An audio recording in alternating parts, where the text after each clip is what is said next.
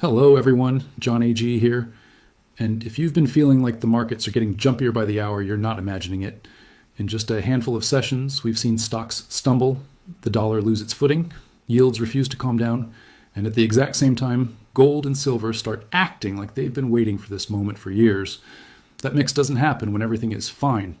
It happens when the foundation is shifting, quietly at first, and then all at once. So today, I want to connect the dots. What broke, what's holding on by a thread, and why silver, of all things, is suddenly the loudest signal on the board. Quick note before we dive in. My YouTube stats are brutal. A lot of you watch every week, but you haven't subscribed yet. If you get value from this kind of analysis, hit subscribe right now and drop a quick comment, even if it's just our John AG, so the algorithm knows this channel is worth showing to more people. And one more thing, if you want the daily updates, quick posts, and my personal takes that I don't always have time to put into a full video, I started a WhatsApp channel. The link is in the description. You'll also get instant voice notes and fast alerts there, the kind of stuff that's too time sensitive for YouTube. Now here's the big picture. When markets crack, they don't send you a calendar invite. They send you small breaks, trend lines that held for months, moving averages that used to be magnets, ratios that used to mean nothing and suddenly mean everything. And once those breaks stack up, the next move can be violent. So I'm going to walk through stocks. The dollar, yields, then the metals complex, because that's where the story gets interesting. And then we'll hit the commodity backdrop, energy, and yes, crypto, because what it's doing right now tells you a lot about risk in 2026. Let's start with the stock market. The broad index was down hard on the week, about 4%, and the real problem isn't the percentage. The problem is the way it happened. A clean drop that sliced through a long-term uptrend like it wasn't even there. When a line holds for a long time, traders build habits around it. When it breaks, those habits turn into forced decisions. The first place everyone is watching now is the prior low around that 67 handle area. If price can't hold that zone, you don't just get a dip. You get the next layer of selling because stops trigger, leverage shrinks, and buy the dip turns into please just let me out. And here's the part most people miss. The first bounce after a break often looks comforting. Price drifts sideways, everyone breathes. And then when the crowd relaxes, the rollover starts. If we push up into that broken trend and get rejected, that trend line becomes a ceiling. That's how markets change character. So the question for next week is simple. Do we reclaim the break or do we confirm it? Because if we confirm it, the downside math gets ugly fast. Now look at the dollar. The dollar didn't just pull back. It slipped almost 2% and did it in a way that matters. It failed the key moving averages and punched down through a channel that had been containing price for a long time. That's the kind of move that forces macro desks to reassess their playbook. And if the dollar doesn't bounce quickly, commodities don't just rise, they reprice. That's the difference between a trade and a regime shift. So what should you watch? Watch for a reflex bounce attempt. Markets love to fake you out by snapping back to the broken line, giving you the illusion that nothing happened. But if the bounce is weak, or if it stalls and rolls, that's confirmation. And if the dollar keeps bleeding while other inputs like yields keep climbing, you're looking at the kind of mix that historically lights a fire under hard assets. Speaking of yields, the 10-year is doing that annoying thing where it refuses to behave. It's essentially flat week over week, but the structure is what matters. We broke an old downtrend, and now we're pressing into the long-watch 200-day area. Traders love that level because it's a line between trend and not trend. If yields hold above it, the next magnet up is that mid 4% zone that keeps showing up on measured moves. Not necessarily in a straight line, but as a destination. And think about what that implies. If yields keep climbing, the pressure on overvalued parts of the stock market increases. At the same time, a weaker dollar feeds inflationary impulses into commodities. That's the squeeze. Financial assets wobble, real assets breathe. And you can already see where that oxygen is going, because gold nearly kissed the 5,000 level and did it with the kind of confidence you usually only see after a long base is finished. Gold was up roughly 8% on the week and pushed into spitting distance of the big psychological number. Here's why that matters. Big round numbers are where the headlines camp out and headlines attract flows. If we print a clean break and hold, you're going to see more institutions forced to talk about gold again, not as a fringe hedge, but as a core allocation. The first obvious support on any pullback sits down in that mid 4,600 zone. But the way price is acting, dips are getting bought faster and faster. Now zoom out one layer further. Gold relative to stocks. When that ratio breaks important levels, it's not just a chart nerd thing. It's a signal that the default portfolio mix is under pressure. If gold continues to outperform stocks, it forces a rethink across asset managers who benchmark everything to equities. That's when you get that quiet rotation that later looks obvious in hindsight. If you're asking how to approach it without chasing, here's the simple framework. Physical exposure first, then the paper trackers, then selective miners when the setup makes sense. The key is to scale, not to YOLO. Place smaller buys near obvious support, add more if price gives you better value, and keep your powder for the moments when fear actually shows up. Because fear is the only time the market gives you bargains. Now, miners. The gold miner basket ripped double digits on the week, and some of the classic breakout patterns have already hit their textbook targets. That doesn't mean the move is over. It means the easy measured move is done, and now you're in the phase where stock picking can matter more than owning everything. When metals reprice, the market often has to re-rate mining equities to the new reality, and that re-rating can happen fast, sometimes in a few weeks, because analyst models can't stay ridiculous forever when the underlying commodity doubles. Okay, now we get to the main event, silver. Silver didn't creep higher. Silver exploded, up mid-teens on the week, cracking into triple digits and closing firm. And what makes it more interesting is the structure. Spot pricing looked tight, and you could see that urgency in how price behaved into the close. That's not the vibe of a tired market top. That's the vibe of a market that's realizing it's underowned. Here's what I'm watching on silver. First, that old line in the sand zone in the mid-90s area. Markets love to retest big breakout levels. If we dip and hold there, it's confirmation. If we slice through it, the next supports sit much lower, but the larger message wouldn't change. Silver has shifted into a new phase. Second, the extension targets. Once you clear major retracement zones, the chart can look like open sky. The next obvious magnet is that 130-ish area that keeps showing up on projections. And the wild part? Between here and there, resistance isn't obvious. That's why moves like this can feel unreal. And yes, silver isn't moving in isolation. Overseas pricing has stayed at a premium, which tells you demand is not just a screen game. When one market consistently pays more than another, it's a signal that supply isn't perfectly comfortable. If that premium stays elevated, it's gasoline on the fire because it tempts arbitrage and tightens physical flows. Also, watch the gold to silver ratio. When that ratio drops, it means silver is taking the lead. And that's exactly what we've been seeing. Fewer ounces of silver to buy 1 ounce of gold. That matters because historically, when silver starts leading, it tends to do it aggressively. It's the louder, more emotional metal. It's the one that turns a steady macro trend into a storyline. Now let's talk vehicles people use to express the silver view. The big physical-backed trust tracked silver well, up solidly, but here's the rub. When the commodity itself is screaming, the next outperformance often comes from miners, especially the better operators with strong margins and clean balance sheets. That's why silver miners can lag at first and then suddenly sprint. If you're wondering why, it's because the market needs time to believe the new price. And once it believes it, it has to reprice earnings power in a hurry. And by the way, if you enjoy hearing real success stories around silver, people who positioned early, stayed patient, and actually made serious money, there's a link in the description to a separate channel focused only on silver success stories. Go subscribe there too, because it's a great reminder that conviction plus timing can change your life. While we're on that topic, if you're one of the people who's actually doing well, whether it's in metals, business, real estate, or anything you've been grinding on, share a quick win in the comments. It doesn't have to be huge. Small wins keep other people moving, and your story might be the nudge someone else needs this week. Now, beyond metals, copper is doing that decision point thing. Price tried to break, slipped, and then came back to retest the line. That retest is everything. If copper fails the retest and drops below the prior swing low, that's the kind of move that can reinforce the growth is slowing narrative. But if it breaks up through and holds, it can become a signal that industrial demand is about to surprise people again. Copper is called Dr. Copper for a reason. It diagnoses the cycle before the headlines do. Uranium has been quietly strong too. Spot pricing pushed higher, and the equities tied to the theme have acted like they want higher prices. But here's a practical note. When a trust or product starts trading at a big premium to its underlying, that's often a temperature check. Premiums can mean enthusiasm is overheating. That doesn't mean you panic. It means you manage. Trim a little into strength if you're oversized, keep a core if you believe the thesis, and wait for the market to offer you a better entry instead of begging for one. Energy is next, because this is where the narrative can trap people. Oil ticked higher and is building what looks like bullish consolidation. There's a key level overhead that, if reclaimed and held, would make it look like the floor is in. But the energy equities have already run enough that the short-term RSI is flashing, be patient. In other words, I'm more interested in buying oil stocks after a pullback than I am in chasing them after a strong week. That's how you avoid paying retail in a wholesale business. One of you asked a smart question recently. What happens when chart signals collide with the news cycle? Protest here, threats there, one headline about a shipping lane, and suddenly everyone's an oil expert. Here's my answer. News is often the spark, but price is the jury. The chart is the summary of what millions of participants believe right now. And a lot of big news is already partially priced before the headline reaches your phone. So I respect macro events, but I don't let them override structure. I let structure tell me whether the event changed the market or just entertained it for a day.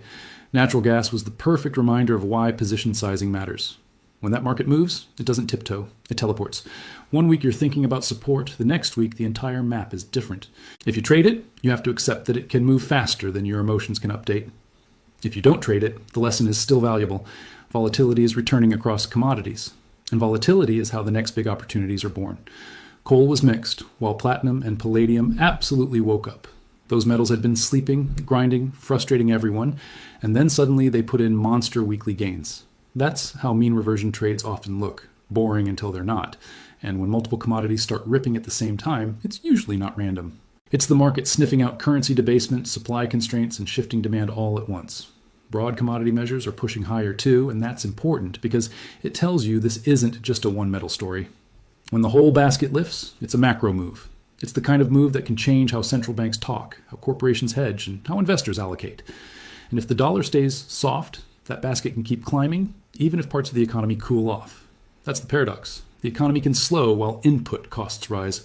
That's not fun for consumers, but it's real for markets. We've also seen strength in areas like nickel and the rare earth complex, places that tend to lag until they suddenly catch a bid. The takeaway isn't buy everything. The takeaway is that real assets are being bid as a group, and when that happens, the laggards can become the next leaders. A rotation inside commodities can be just as powerful as rotation inside stocks. Now, crypto. Bitcoin did the opposite of what a lot of people expected. Instead of bouncing and marching higher, it broke down, snapped a channel, and started building a bearish structure. There's a downside target people can map, and there are psychological levels below that traders tend to focus on. The bigger point is this: if crypto is supposed to be a pure store of value, it's not acting like one right now. It's acting like a high beta risk asset. And that tells you something about the current appetite for risk in the market. And here's a chart concept that flips the way people think. Homes priced in gold and homes priced in silver. When you price an asset in a hard currency instead of a paper one, you see cycles differently. In that lens, housing can look cheaper, even when the dollar sticker price looks insane because the metal moved. Whether that means you should rush out and buy property is a separate decision. But it does tell you that hard assets are already doing their job. They're absorbing the currency shock. Here's why that stock break is a bigger deal than a red candle on your screen.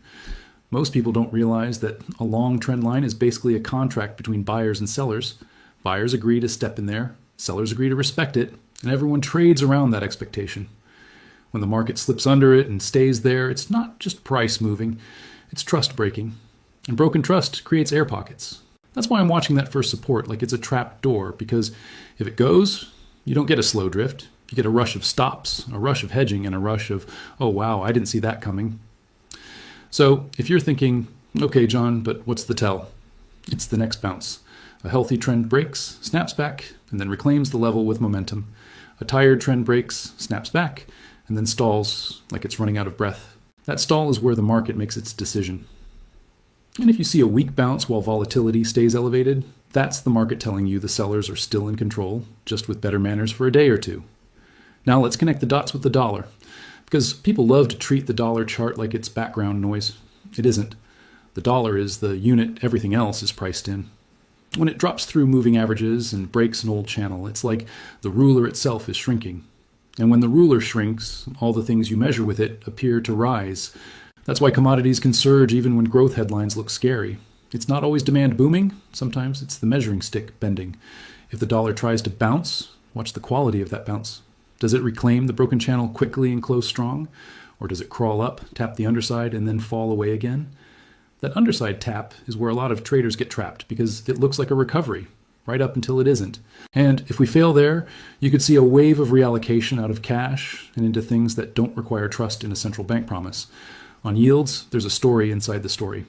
When the 10-year pushes toward that 200-day area, it's sending a message to every asset class that lives off cheap money.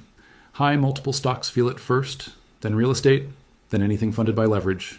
But at the same time, commodities and producers can sometimes thrive in that environment because higher yields are often a symptom of inflation expectations and risk repricing. It's not always rates up equals everything down. Sometimes it's rates up equals rotation.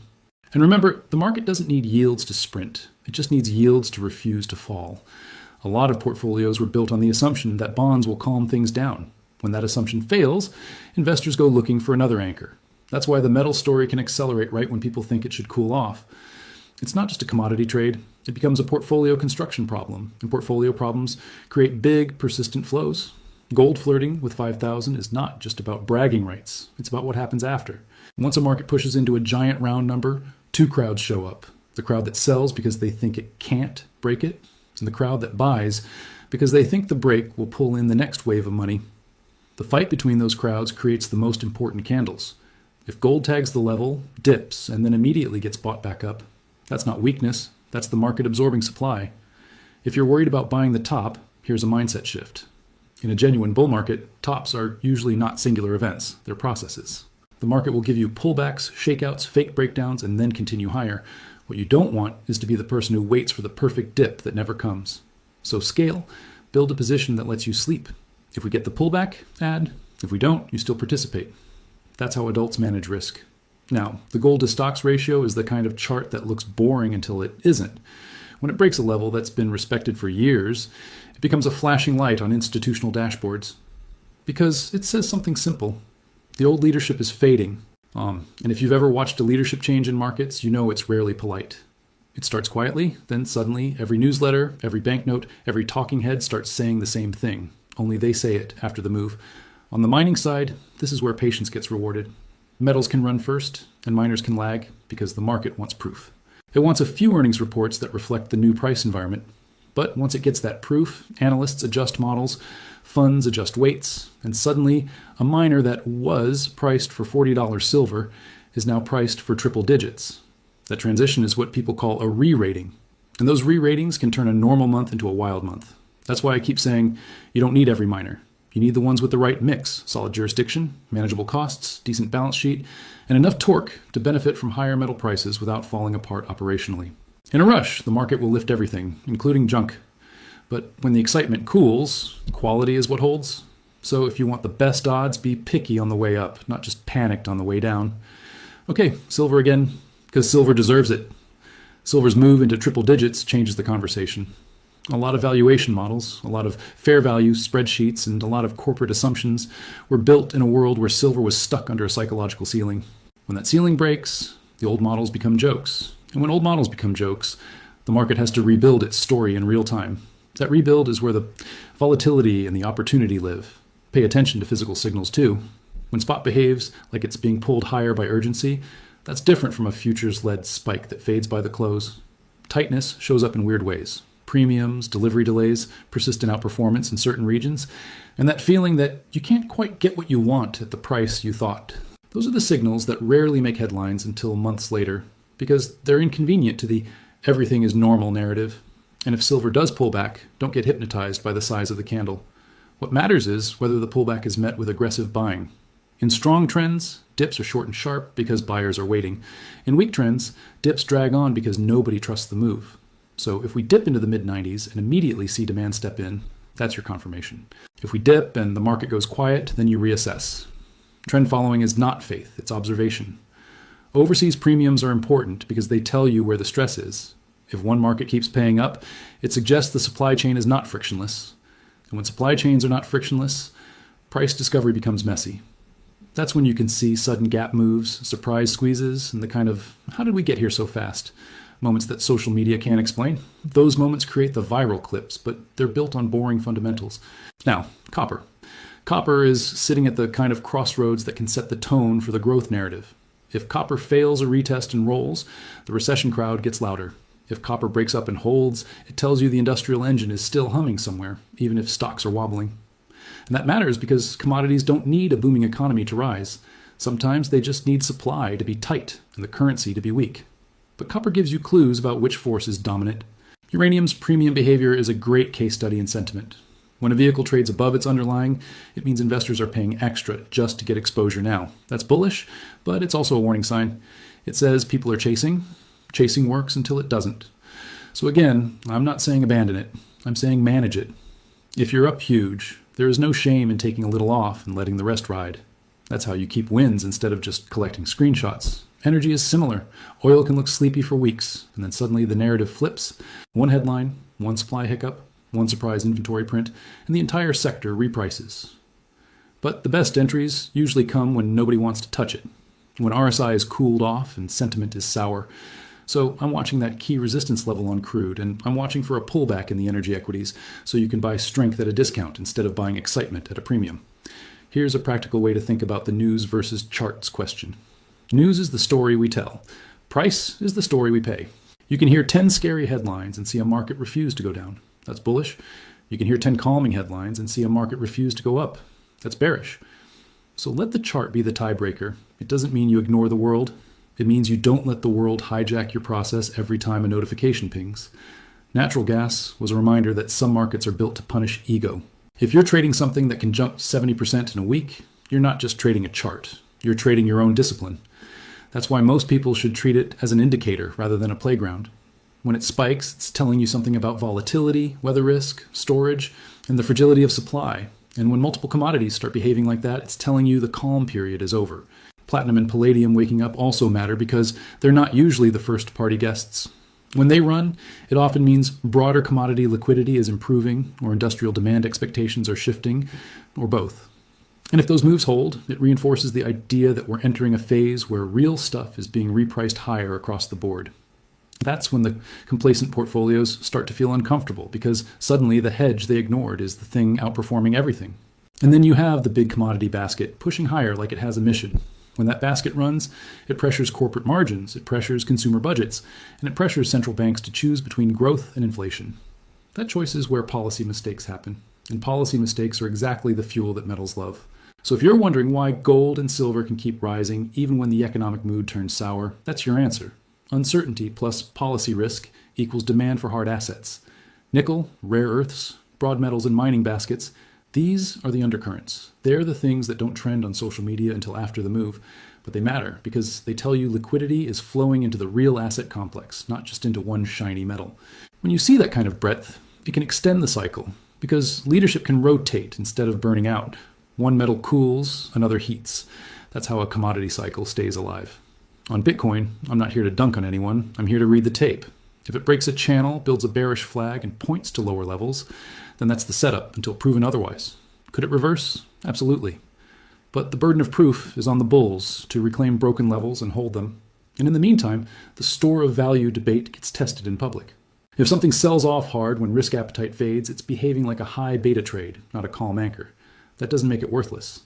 It just means you should treat it with the respect you'd give any volatile asset. Size it right, avoid leverage, and don't confuse belief with risk management. Let's come back to housing priced in gold and silver, because this is one of those charts that sounds nerdy until it hits you in the gut. When you price a house in dollars, you're pricing it in a currency that can be created with keystrokes. When you price a house in ounces, you're pricing it in something that has to be dug out of the ground. That lens often reveals that what feels expensive in dollars can be cheap in real terms and vice versa. And it also explains why people who hold hard assets sometimes feel calmer. Their measuring stick doesn't get inflated away every time policymakers get nervous. Now, that doesn't mean housing is automatically a buy. It means you have to think in ratios. If the ratio is at an extreme, you ask, is it likely to mean revert? And if it mean reverts, do you want to be on the right side of that reversion? These are the questions that separate investing from reacting. Because reacting is what most people do. They buy what has already gone up in their currency and they sell what has gone down, without realizing the currency itself might be the thing that's moving the most. There's also a quiet hint hiding in the copper to gold relationship. When copper is weak relative to gold, it can suggest the market is leaning defensive. But extremes don't last forever. If copper starts to firm up while gold stays strong, that can be a sign that we're moving into a phase where both inflation and real demand are present. That's a tricky mix for policymakers because you can't easily fix that with a single speech or a single rate move. And when policy gets tricky, markets get dramatic. So here's the watch list I'd tattoo on the screen for next week. 1. Does the stock index reclaim the broken trend, or does it kiss it and fail? 2. Does the dollar bounce with strength, or does it bounce like a dead cat? 3. Does the 10-year hold above that key long-term average, or does it get rejected? 4. Does gold break the round number and stick, or does it back off and test support? And 5, most important for the theme of this video, does silver hold its breakout zone, or does it give you a retest opportunity with buyers waiting?